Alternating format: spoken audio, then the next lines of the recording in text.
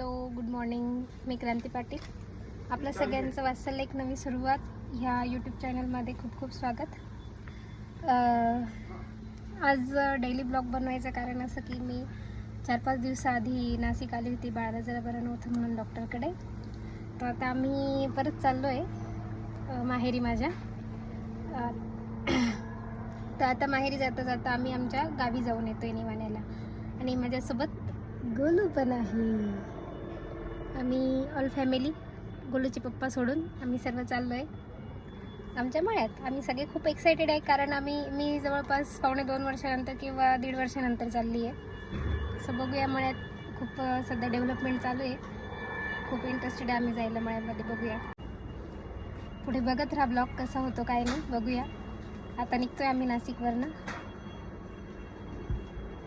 गोलूची ही पहिली long drive आहे आजी बाबांसोबत. बाबा ड्रायव्हिंग करणारे आता आमचे.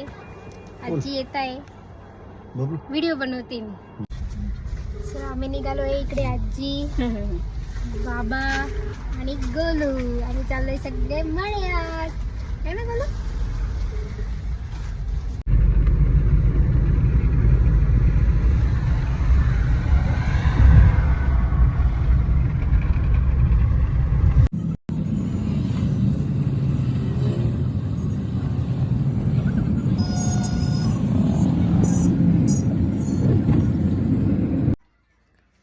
फायनली आम्ही पोचलो आहे आता मळ्यामध्ये. आता वाजले 4. आम्ही निघालो होतो 1 वाजता. 2 तास आम्हाला यायला लागून गेले. आणि आम्ही गाडीत काही झोपलो नाही. सो बाबांनी आम्हाला मस्तपैकी झोळी बांधून दिली. आम्ही झोळीमध्ये असे झोपलो आहे मळ्यात येऊन. मळ्या बघायचे सोडून झोपतोय आम्ही. आता आम्ही तुम्हाला मळ्यामधले काय काय काम आहे ते बघूया आपण. खूप दिवसांनी मी मळ्यामध्ये आली आहे. मळ्यात काय काय ते बघू आपण. आता याला झोपवते, मग आपण बघूया. हो, फायनली आम्ही 4 वाजता आता मळ्यात पोचलो आहे. आणि हे आहे आमच्या मळ्याचं लोकेशन.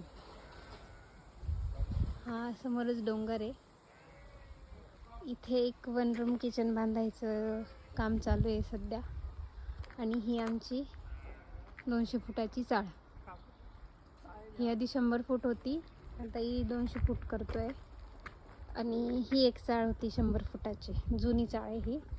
आणि आता इकडे कांदे साठवण्यासाठी ही 200 फुटाची बांधली. आणि हे इकडे 1 रूम किचन बांधताय, त्याचं काम चालू आहे इथे. इकडे मका वाळवत आहे आमचा. मका काढलेला आहे. आणि हे सगळं जे सामान आहे, दगड विटा, इकडे घर येणार आहे आमचं, बंगला, या समोरच्या जागेमध्ये. ही जी जागा आहे समोरची तुम्ही बघताय, ही जागा, इथे घर बांधायचं आहे. आणि हे जे आहे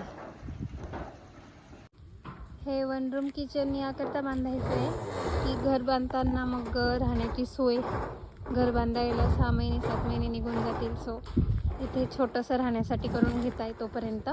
नंतर मग हे इथे आमचे जे शेताचे लोक आहेत ते इथे राहणार आहेत. इकडे आमची पाण्याची टाकी. आणि हे समोर आंब्याचे झाड वगैरे सगळं आहे. खाली पण पूर्ण शेत दाखवायला जमणार नाही, कारण आम्हाला लगेच आता चांदवडला जायचं आहे. मला सोडून आई पप्पा परत रिटर्न येणार आहेत. सो मला आजच्या ब्लॉगमध्ये जेवढं जमेल तेवढं मी एक्सप्लोर करून देते. 10-12 आंब्याचे झाडं आहेत. केशर आंबा आहे शेतामध्ये. आणि इकडे हे इथून खाली आमच्या शेताचा आकार आहे.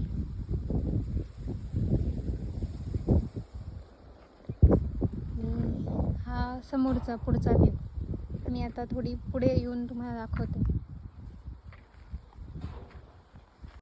आता आपण घरामध्ये जाऊन बघूया. हे 1 रूम किचन मस्त बांधलं आहे छोटंसं.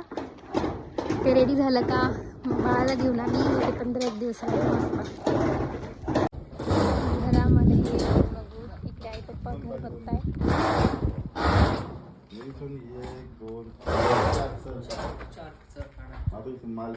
इथे किचन नाही व्हिडिओ आपला मस्त आहे ना, मोठा झाला. हो किचन छान झालं. हा किचन राहणार आहे. ही समोर मोठी खिडकी किचनची. हे बघ असं किचन आहे बघ, असं एल टाईपचं घ्यायचं इथपर्यंत आणि इथं फ्रीज दिली बघ इथं. मी ते 2 रॅका काढून घ्यायचे. हो चालेल. बरं आणि हा इकडे हॉल असणार आहे आमचा छोटासा. ह्या मस्त मोठ्या मोठ्या खिडक्या केल्या. छोटा नाही बऱ्यापैकी मोठा येतो. आणि इकडे ओटा खूप मोठा दिसतो. इथून बघा तुम्ही बघू शकता. इथून छान असा व्ह्यू दिसतो. हे वरती आमचे चुलत सासू सासऱ्यांचे शेत आहे. हा आता हे सगळं कांदे लागण्यासाठी आम्ही रेडी करतोय. हे इकडे नारळाचं झाड, हे इकडे आंब्याचे काही झाड आहेत चाळीच्या शेजारी खेटून. आणि ही एवढी मस्त प्रशस्त चाळ झाली आहे, खूपच भारी आणि हवेशीर. आणि आता जायचं मेथीची भाजी आणि कोथिंबीर लावली आहे, ती उपटून आणतो आता. खाणी घेऊ ना. तिकडे दिसते मेथी मला.